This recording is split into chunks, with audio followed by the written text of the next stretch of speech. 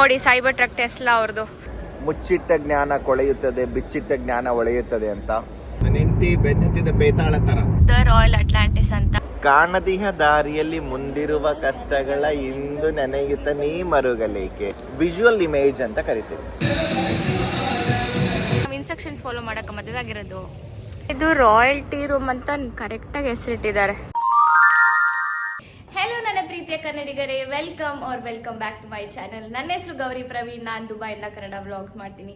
ಇವತ್ತು national day holiday ಪ್ರಯುಕ್ತ ಪ್ರವೀಣ್ ಮನೇಲಿರ್ಬೇಕಾಗಿತ್ತು, ಆದ್ರೆ ಆಫೀಸಿಗೆ ಹೋಗಿ ಮೀಟಿಂಗ್ ಮಾಡ್ತೀನಿ, ಅಲ್ಲೆಲ್ಲೋ ಹೋಗಿ ಮೀಟಿಂಗ್ ಮಾಡ್ತೀನಿ ಅಂತ ಹೇಳ್ತಾ ಇದ್ದಾರೆ. ನಾನು ಅವ್ರ ಜೊತೆ ಹೋಗಕ್ ಪ್ಲಾನ್ ಮಾಡಿದ್ದೀನಿ. ಬನ್ನಿ ಅವ್ರನ್ನ ಕೇಳೋಣ ನನ್ನ ಕರ್ಕೊಂಡು ಹೋಗ್ತಾರಾ ಅಂತ. ಪ್ರವೀಣ್, ಮೀಡಿಯಾ ಸ್ಟಾರ್ಟ್ ಆಯ್ತಾ? ನನ್ನ ಕರ್ಕೊಂಡು ಹೋಗ್ತೀರಾ ಮೀಟಿಂಗಿಗೆ? ಪ್ಲೀಸ್ ಕರ್ಕೊಂಡು ಹೋಗಿ. ಬನ್ನಿ, ಲೆಟ್ಸ್ ಗೋ. ಬನ್ನಿ. ನಾನು ಬರ್ತೀನಿ ಇವಾಗ. ಅಲ್ಲ, ಇವತ್ತು ಹಾಲಿಡೇ ದಿನಾನು ಫಾರ್ಮಲ್ಸ್ ಹಾಕೊಂಡು ಹೋಗ್ಬೇಕಾ? No comments. ಸ್ವಲ್ಪ ಕ್ಯಾಶುಯಲ್ ಆಗಿ ಬರ್ಬೋದಲ್ವಾ ಹಾಲಿಡೇಸ್ ಟೈಮಲ್ಲಿ? ಸೀರಿಯಸ್ ಆಗಿ ನಿಮಗೆ ಸಮಸ್ಯೆ? ನನ್ನ ಡ್ರೆಸ್ ಬಗ್ಗೆ ನಿಮಗೆ ಸಮಸ್ಯೆ? ನಾನು ನಿಮಗೆ ಇನ್ವೈಟ್ ಮಾಡಿದ್ದೀನಿ, ನಾನು ನಿಮ್ಗೆ ಕರೆದಿದ್ದೀನಿ. ನಾನು ಅನ್ಇನ್ವೈಟೆಡ್ ಆಗಿ ಬರ್ತಾ ಇದ್ದೀನಿ. ಬಾ ಅಂತ ಕರೆದಿ ನಿನಗೆ ಹೇಳಿ ಆಮೇಲೆ forcing you to come. If you don't let me don't come. I will come. ನಾ ಮನೆಯಲ್ಲಿ ಏನು ಮಾಡಲಿ ಹಾಲಿಡೇ ದಿನ? ಬನ್ನಿ ಹೋಗೋಣ ಇವ್ರ ಜೊತೆ.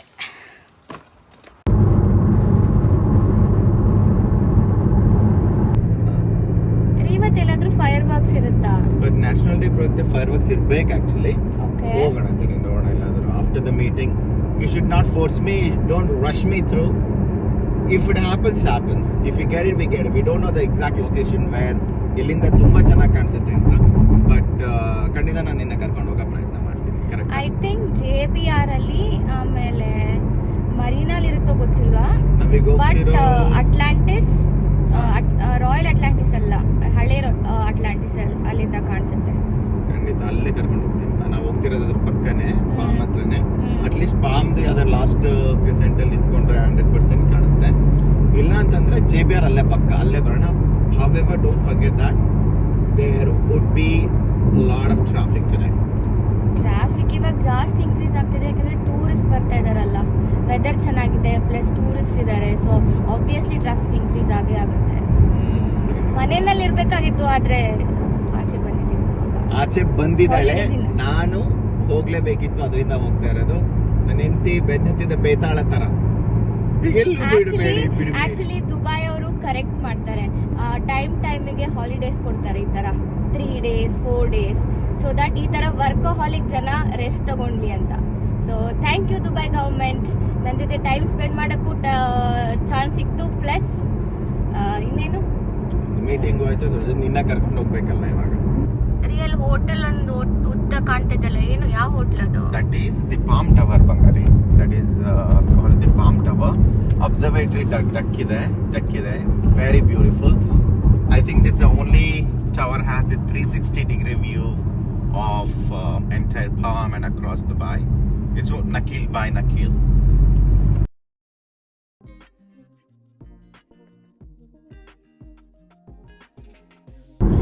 ರಾಯಲ್ ಅಟ್ಲಾಂಟಿಸ್ ಪ್ರಪಂಚದ ಅತಿ ದೊಡ್ಡ ಹೋಟೆಲ್ ಅಲ್ಲ, ಅತಿ ವೆಚ್ಚದ hotel, one of the expensive hotel ಅಂತಾನೆ ಹೇಳ್ಬೋದು. It's gonna B luxury, like really luxury, top of the line. ನಿಮ್ಗೆ ನಿನ್ನೇನು ಹೋಗಿದ್ಯಾ ಇನ್ನೊಂದ್ಸಲ ನಿಮ್ ವೀಕ್ಷಕರಿಗೆಲ್ಲ ತೋರ್ಸೋದಾದ್ರೆ ನಿಮ್ಗೆ ಒಳಗಡೆ ಹೋಗಿದ ತಕ್ಷಣನೇ ಗೊತ್ತಾಗುತ್ತೆ ಲಕ್ಸುರಿ ಅಂದ್ರೆ ಏನು. ಬಟ್ ಚೆನ್ನಾಗಿದೆ ಹೋಟೆಲ್, ಇಟ್ಸ್ ಗುಡ್ ಒನ್. ನಾವಂತೂ ತುಂಬಾನೇ ಚೆನ್ನಾಗಿದೆ. ಅಂದ್ರೆ ನಮ್ ಕೆಲವೊಬ್ರು ಇನ್ವೆಸ್ಟರ್ಸ್ ಆಗಿರ್ಬೋದು, ಅಥವಾ ಏನ್ ಬೇರೆ ಸ್ಟೇಕ್ ಹೋಲ್ಡರ್ಸ್ ಅಂತ ಕರಿತೀವಿ, ಅಲ್ಲಿ ಬಂದು ಉಳ್ಕೋತಾರೆ. ಇಲ್ಲ ಅಂದ್ರೆ ಈ ಕಡೆ ಎಲ್ಲಾರು ಡೌನ್ ಟೌನ್ ಅಲ್ಲಿ ಬಂದು ಉಳ್ಕೋತಾರೆ. ಅಲ್ಲೊಂದೊಳ್ಳೆ ಮೀಟಿಂಗ್ ಸ್ಪಾಟ್ ಇದೆ. That is also my lucky meeting spot. Will see how it goes. Guys, ಅಲ್ಲಿ ರಾಯಲ್ ಅಟ್ಲಾಂಟಿಸ್ ಅಲ್ಲಿ ಉಳ್ಕೊಳ್ಳೋಕೆ 190ಗೆ ಎಷ್ಟಿರ್ಬೋದು? ನೀವು ಕಾಮೆಂಟ್ ಸೆಕ್ಷನ್ ಅಲ್ಲಿ ಕಾಮೆಂಟ್ ಮಾಡಿ. ಎಷ್ಟಿರ್ಬೋದು ರೀ? ಡಿಪೆಂಡ್ಸ್, ನಂಗೆ ಅಷ್ಟು ಕರೆಕ್ಟಾಗಿ ಗೊತ್ತಿಲ್ಲ. ಮಿನಿಮಮ್ ನಮ್ಮ INR ಇಂಡಿಯನ್ ರುಪೀಸ್ ಅಲ್ಲಿ ಹೇಳ್ಬೇಕಂದ್ರೆ 1.5 ಲಕ್ಷದ ಮೇಲೆ. ಐ ಫೀಲ್ ಚಾನ್ಸೇ ಇಲ್ಲ. 1.5 ಲಕ್ಷದ ಮೇಲೆ ಚಾನ್ಸೇ ಇಲ್ಲ. ಮೋಸ್ಟ್ಲಿ 2 ಲಕ್ಷ ಮೇಲಿರ್ಬೋದು, 2-2.5 ಲಕ್ಷ ಮೇಲೆ. ಒಳ್ಳೆ ರೂಮ್. ಯಾಕಂದ್ರೆ ಅಟ್ಲಾಂಟಿಸ್, ಹಳೆ ಅಟ್ಲಾಂಟಿಸ್ ಅಲ್ಲೇ 1.5 ಲಕ್ಷ 2 ಲಕ್ಷ, ಇದ್ರಲ್ಲಿ ಇನ್ನೂ ಜಾಸ್ತಿ ಇರುತ್ತೆ because it is royal Atlantis. ನೀನು ಹೇಳಿದೆ ಸರಿ. ನೋಡಿ ಅಟ್ಲಾಂಟಿಸ್ ಕಾಣ್ತಾ ಇದೆ ಹೋಟೆಲ್. ವಿಲಾಸ್ ತೋರ್ಸು ರೈಟ್ ಸೈಡ್. ಇದೆಲ್ಲ ಎಷ್ಟು ಎಕ್ಸ್ಪೆನ್ಸಿವ್ ವಿಲಾಸ್ ಅನ್ಸುತ್ತಲ್ವಾ. ಇದ್ರ ಡ್ರೈವೇನೆ ಸೂಪರ್ ಆಗಿದೆ ಪಾಮ್ಗೆ ಹೋಗೋಕ್ಕೆ, ರಾಯಲ್ ಅಟ್ಲಾಂಟಿಸ್ಗೆ ಹೋಗೋಕ್ಕೆ. ಅಲ್ಲೊಂದು ಸುರಂಗ ಬರುತ್ತೆ, ಟನಲ್ಲು. ಇನ್ನು ವೀಕ್ಷಕರಿಗೆ ಹೇಳು, this entire thing is approximately more than 10 to 15 kilometer radius built on the water, and this is under the water tunnel. ನಾವೆಲ್ಲ ಹೋಗ್ತಾ ಇದೀವಲ್ಲ, ಅದು ನೀರು ಒಳಗಡೆ ಒಂದು ಟನಲ್ ಮಾಡಿ ಈ ತರ ಮಾಡಿರೋದು. ಸಮುದ್ರದ ಮಧ್ಯ ಇದನ್ನ ಮಾಡಿರೋದು ಆಕ್ಚುಲಿ. ಇದು ಅಟ್ಲಾಂಟಿಸ್, ಇದು old Atlantis. This is also a beautiful architecture, one of the fantastic place, like really really lovely. ನಿಮಗೆ ಪಾಮ್ದು ಟೇಲ್ ಎಂಡಲ್ಲಿ ಇರೋದ್ರಿಂದ ತುಂಬಾ ಚೆನ್ನಾಗಿ ಕಾಣುತ್ತೆ ಇದು.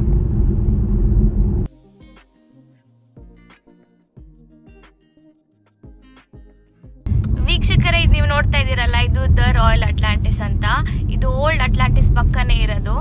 ಪ್ಲಸ್ ಇದು world's most beautiful place, 7 star luxury hotel.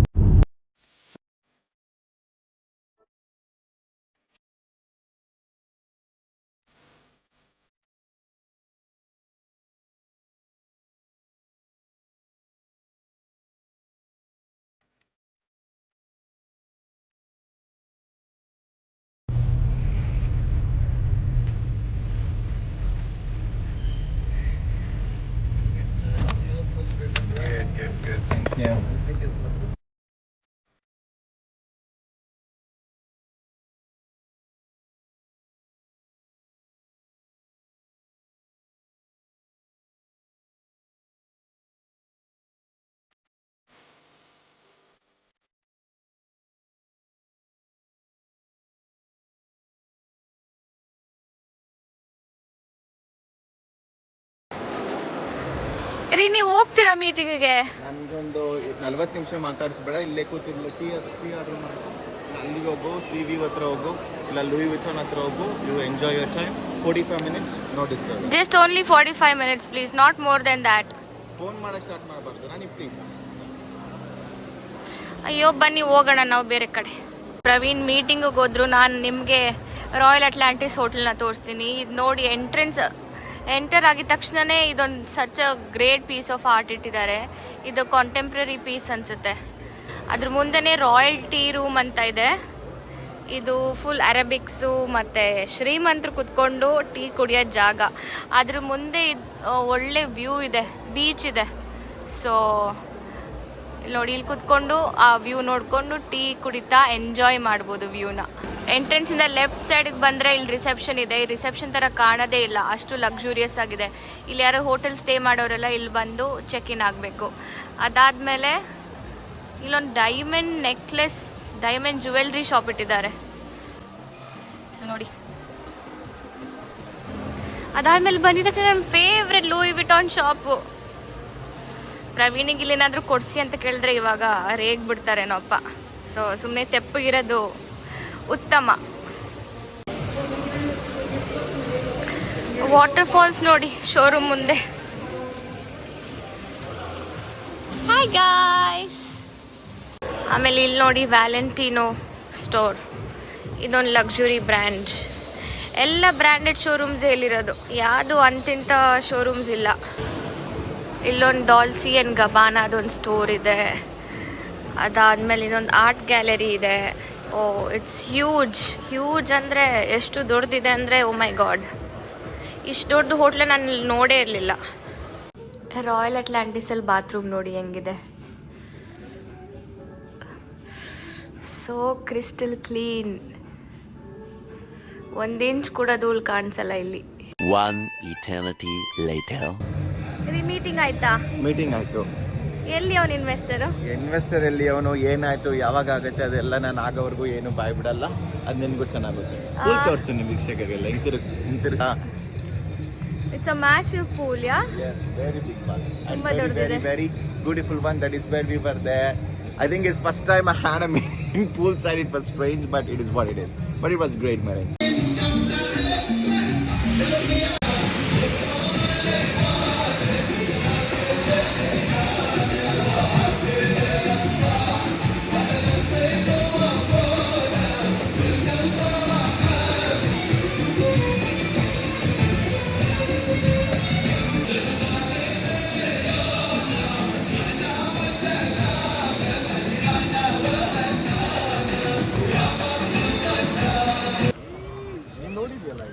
ಯಾ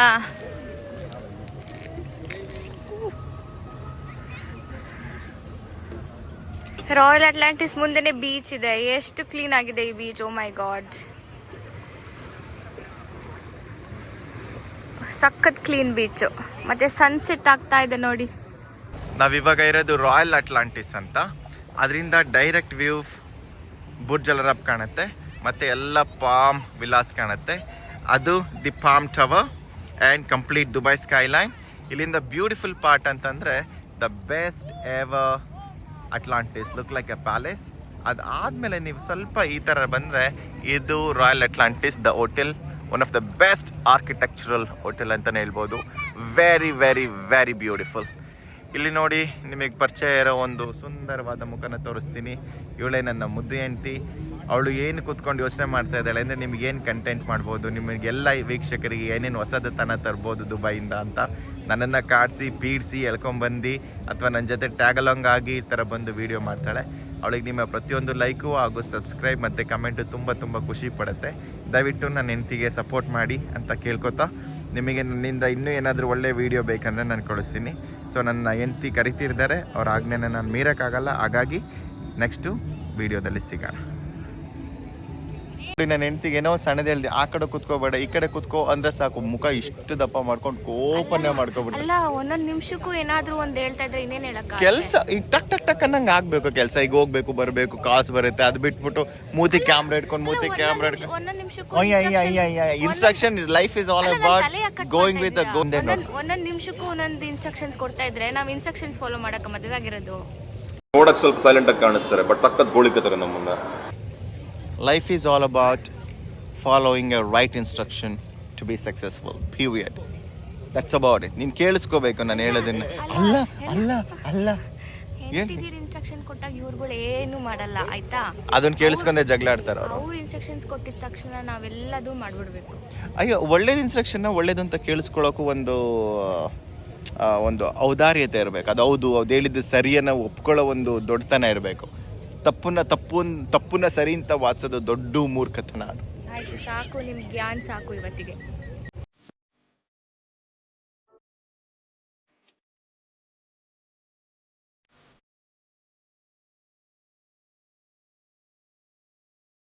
ಬಂಗಾರ, ಇದು ರಾಯಲ್ಟಿ ರೂಮ್ ಅಂತ ಕರೆಕ್ಟಾಗಿ ಹೆಸರಿಟ್ಟಿದ್ದಾರೆ. ಎಷ್ಟು ರಾಯಲ್ ಫೀಲಿಂಗ್ ಇದೆ ನೋಡಿ ಇಲ್ಲಿಂದ.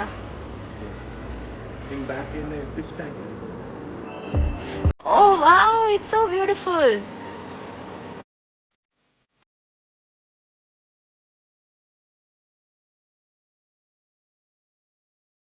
The meeting ಹೆಂಗಿತ್ತು?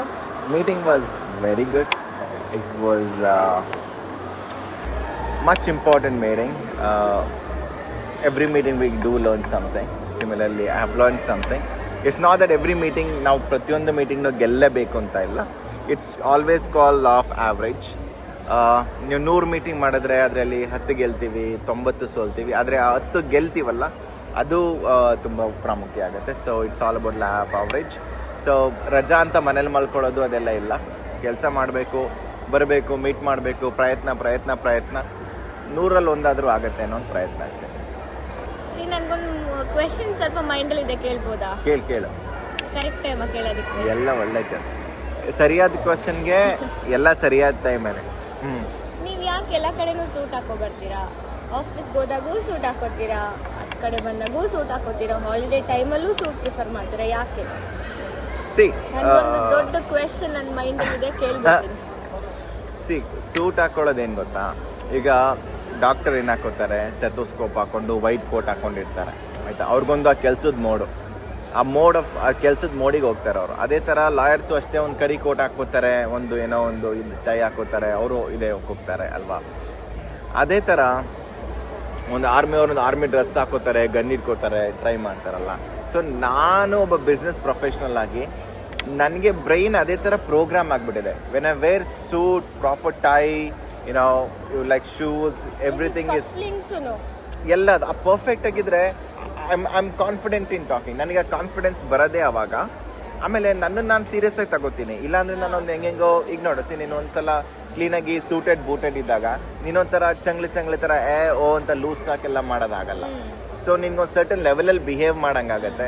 ಆಮೇಲೆ ಇನ್ನು ಅದು ಒಂದು ಪಾಯಿಂಟ್ ನಂಬರ್ 1. ನಾನೇನಕ್ಕೆ ಅದು ಪ್ರಿಫರ್ ಮಾಡ್ತೀನಿ ಅಂದರೆ ನನ್ನ ಕಾನ್ಫಿಡೆನ್ಸು, ನಾನು ಜನಗಳು ನನ್ನ ನೋಡೋ ರೀತಿ, ನಾನು ಜನಗಳು ನೋಡೋ ರೀತಿ, ಹಾಗೂ ನನ್ನೆಲ್ಲ ಬಿಹೇವಿಯರು ಆ ಡ್ರೆಸ್ ಮೇಲೆ ಡಿಪೆಂಡ್ ಆಗಿರುತ್ತೆ. ಅದಕ್ಕೋಸ್ಕರ ಎರಡನೇ ಇಂಪಾರ್ಟೆಂಟು, ತುಂಬ ಇಂಪಾರ್ಟೆಂಟ್ ಅಂದರೆ ನಾನು ಲಾಸ್ಟ್ ವೀಡಿಯೋದಲ್ಲೇ ಒಂದ್ಸಲ ಹೇಳಿದೆ ಅನಿಸುತ್ತೆ, ಪರ್ಸೆಪ್ಷನ್ ಇಸ್ ರಿಯಾಲಿಟಿ, ಕರೆಕ್ಟ್ ಅಲ್ವಾ?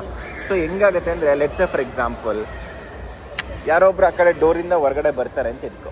ಹೊರಗಡೆ ಬಂದಾಗ ಅವರು ಸೂಟು, ಬೂಟು, ಶೂಸು, ಕರೆಕ್ಟಾಗಿ ಟೈ ಮತ್ತು full tip top, correct hair style, beard set ಎಲ್ಲ ಇರುತ್ತೆ.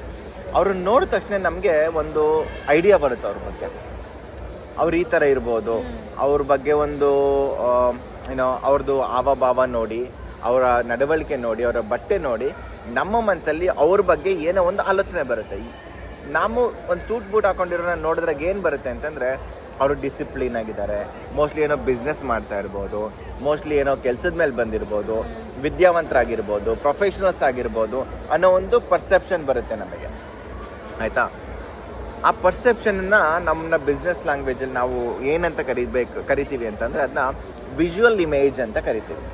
ಸೊ ನಾವೀಗ ಸ್ನಾನ ಮಾಡ್ಕೊಳ್ಳೋದು, ತಲೆ ಬಾಚ್ಕೊಳ್ಳೋದು, ಮತ್ತು ಒಳ್ಳೆ ಬಟ್ಟೆ ಹಾಕ್ಕೊಳ್ಳೋದು, ಬಿಯರ್ಡು, ಏರ್ ಕಟ್ಟು, ಇದೆಲ್ಲದನ್ನು ನಮಗೆ ವಿಜುವಲ್ ಇಮೇಜ್ ಅಂತ, ಅದಕ್ಕೆಲ್ಲ ತುಂಬ ಮಹತ್ವ ಕೊಡ್ತಾರೆ, ಆಯಿತಾ?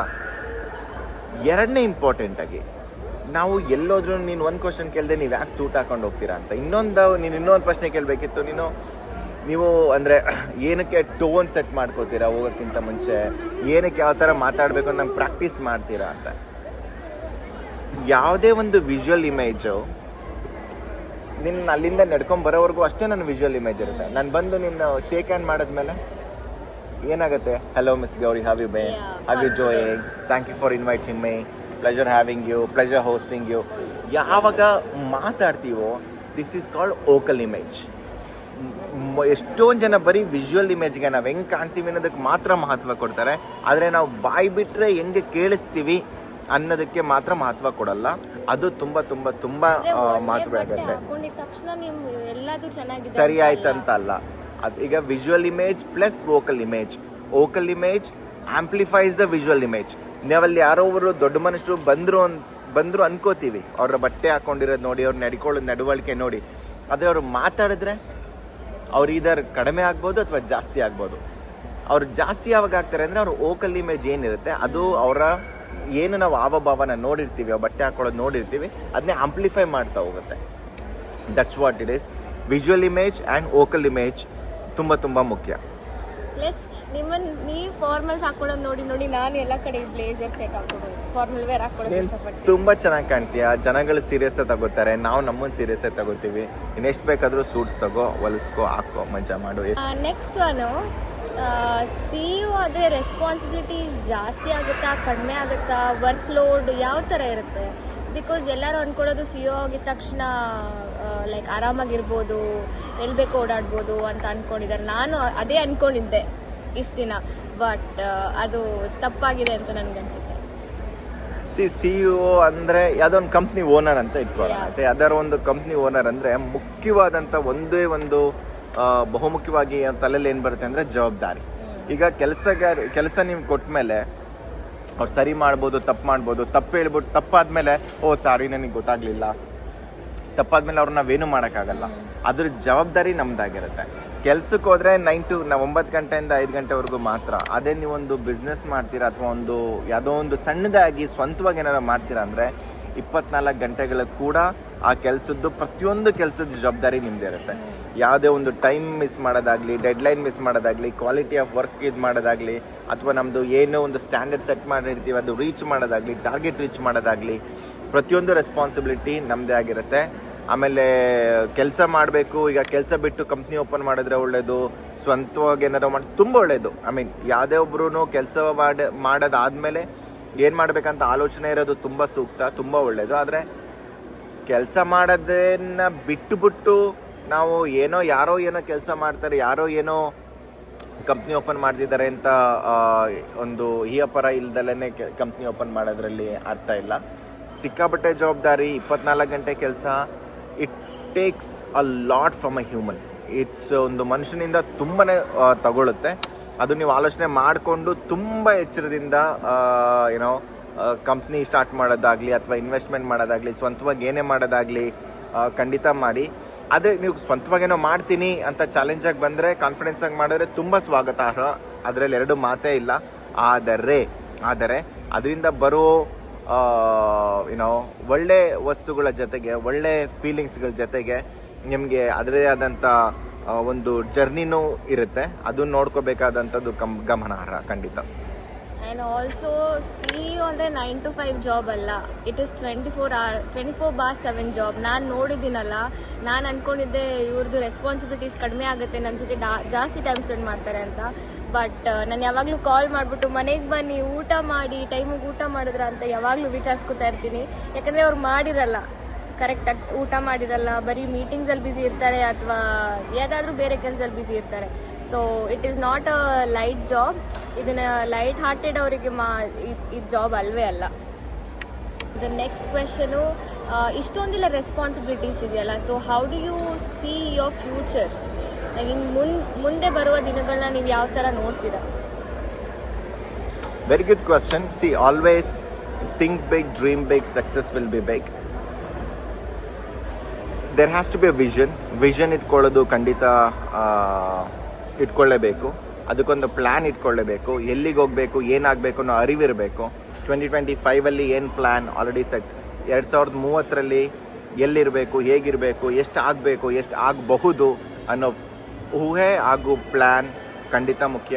2035 ಎಲ್ಲಿರಬೇಕು, ಹೇಗಿರಬೇಕು, ಆಗಿರಬೇಕು ಮುಖ್ಯ. ಆದರೆ ಇಲ್ಲಿ ಕೂತ್ಕೊಂಡು ಆಗುತ್ತೋ ಆಗಲ್ವೋ, ಆಗಲಿಲ್ಲ ಅಂದರೆ ಏನು ಮಾಡೋದು, ಆಗಬೇಕಂದ್ರೆ ಅವ್ನು ಮಾಡಿದ್ರೆ ಏನು ಮಾಡೋದು, ಕಾಂಪಿಟೇಷನ್ ಹೇಗೆ ಮಾಡೋದು, ಫಂಡಿಂಗ್ಸ್ ಏನು ಮಾಡೋದು, ಆಮೇಲೆ ಮಾರ್ಕೆಟ್ಸ್ ಹಿಂಗೆ ಇವಾಲ್ವ್ ಆಗುತ್ತೆ ಗೊತ್ತಿಲ್ಲ, ತುಂಬ ಇನ್ಫ್ಲುಯೆನ್ಸ್ ಮಾಡ್ತಾ ಇದೆ, ಟೆಕ್ನಾಲಜಿ ಯಾವ ಥರ ಡಿಸ್ಟ್ರಪ್ಷನ್ ಆಗುತ್ತೆ ನಮ್ಮ ಇಂಡಸ್ಟ್ರೀಲಿ ಗೊತ್ತಿಲ್ಲ.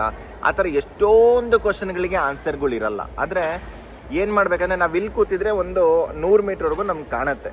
ಅಷ್ಟನ್ನು ನಡ್ಕೊಂಡು ಹೋದರೆ ಅಲ್ಲಿಂದ ನೆಕ್ಸ್ಟ್ 100 ಮೀಟ್ರ್ವರೆಗೂ ಕಾಣುತ್ತೆ. ಅದಕ್ಕೆ ಒಂದ್ಸಲ 7ನೇ ಕ್ಲಾಸಲ್ಲಿ ಒಂದು ಪದ್ಯ ಇತ್ತು ನಮಗೆ. ಅದ್ರ ಪದ್ಯದ ಹೆಸರೇನೆ ಏಕೆ ಅಂತ. ಏಕೆ ಅಂತ. ಕಾಣದಿಹ ದಾರಿಯಲ್ಲಿ ಮುಂದಿರುವ ಕಷ್ಟಗಳ ಇಂದು ನೆನೆಯುತ್ತ ನೀ ಮರುಗಲೇಕೆ. ನನಗೂ ಬರುತ್ತೆ, ಹೇಳು ನೋಡೋಣ. ನೀವು ಹೇಳಿರೋದು ಕೇಳಿಸ್ಕೊಂಡಿದ್ದೀನಿ, ಬಟ್ ಫುಲ್ ಆಗ್ತಾ ಇಲ್ಲ. ಕಾಣದಿಹ ದಾರಿಯಲ್ಲಿ ಮುಂದಿರುವ ಕಷ್ಟಗಳ ಇಂದು ನೆನೆಯುತ್ತ ನೀ ಮರುಗಲೇಕೆ. ಇಂದು ನಿನ್ನಯ ಗತಿಯು ಜೀವನದ ಸಂಸ್ಕೃತಿಯು ಪ್ರಕೃತಿಯೊಳು ವಿಕೃತಿಯನ್ನು ಬೆರೆಸಲೇಕೆ ಅಂತ. ಇದು ಈ ಸಂದರ್ಭಕ್ಕೆ ಅಷ್ಟೊಂದು ಹೊಂದ್ಕೊಳ್ಳಲ್ಲ. ಆದರೆ ನಾಳೆಗಳನ್ನ ಯೋಚನೆ ಮಾಡೋದು ಮುಖ್ಯ. ಆದರೆ ತುಂಬ ಯೋಚನೆ ಮಾಡಿ ಕೆಲಸನೇ ಆಗದಲ್ಲೇ ಇರ್ತಕ್ಕಂಥ ಸಂದರ್ಭಕ್ಕೆ ಹೋಗೋದ್ರಲ್ಲಿ ಅರ್ಥ ಇಲ್ಲ. ಎಷ್ಟು ಕಾಣುತ್ತೆ ಅಷ್ಟು ನಾವು ಕರೆಕ್ಟಾಗಿ ಮಾಡ್ಕೊಂಡು ಹೋದರೆ ಇವತ್ತಿನ ನಾವು 100% ಗೆದ್ದರೆ ನಾಳೆಗಳು ಚೆನ್ನಾಗಿರುತ್ತೆ. ನಮ್ಮ ನಾಳೆಗಳಿಗೋಸ್ಕರ ಇವತ್ತು, ಅದಕ್ಕೆ ಅಷ್ಟೇ. ಸೊ ಫ್ಯೂಚರ್ ಚೆನ್ನಾಗಿದ್ದೇ ಇರುತ್ತೆ. ನೀವು ಇವತ್ತು ಚೆನ್ನಾಗಿದ್ದಾರೆ, ಇವತ್ತು ನಾವು ಕಷ್ಟಪಟ್ಟರೆ ನಾಳೆಗೆ ಚೆನ್ನಾಗಿರುತ್ತೆ. ಅರ್ಥ ಆಯ್ತು. Thank you. ನೆಕ್ಸ್ಟ್ ನನಗೇನಾದರೂ ಕ್ವೆಶನ್ಸ್ ಮೈಂಡಿಗೆ ಬಂದಾಗ ನಿಮಗೆ ಕೇಳ್ತೀನಿ. Thank you so much. Thank you.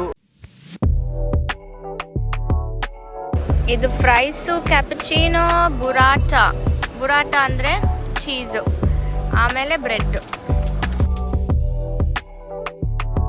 Guys, ಇವತ್ತಿನ ನನ್ನ ಪ್ಲ್ಯಾನು ಸಕ್ಸಸ್ಫುಲ್ ಆಯಿತು. ನನ್ನ ಡೇ ಅಂತೂ ಚೆನ್ನಾಗಿ ಸ್ಪೆಂಡ್ ಮಾಡಿದೆ ರಾಯಲ್ ಅಟ್ಲಾಂಟಿಸಿಗೆ ಬಂದು ಇವ್ರ ಜೊತೆ. ಇವ್ರ ಮೀಟಿಂಗಿಗೆ ಬಂದಿದ್ರು, ನಾನು ಇಲ್ಲಿ ಓಡಾಡ್ಕೊಂಡು ತಿನ್ಕೊಂಡು ಆರಾಮಾಗಿದ್ದೆ. So successful, my plan is successful.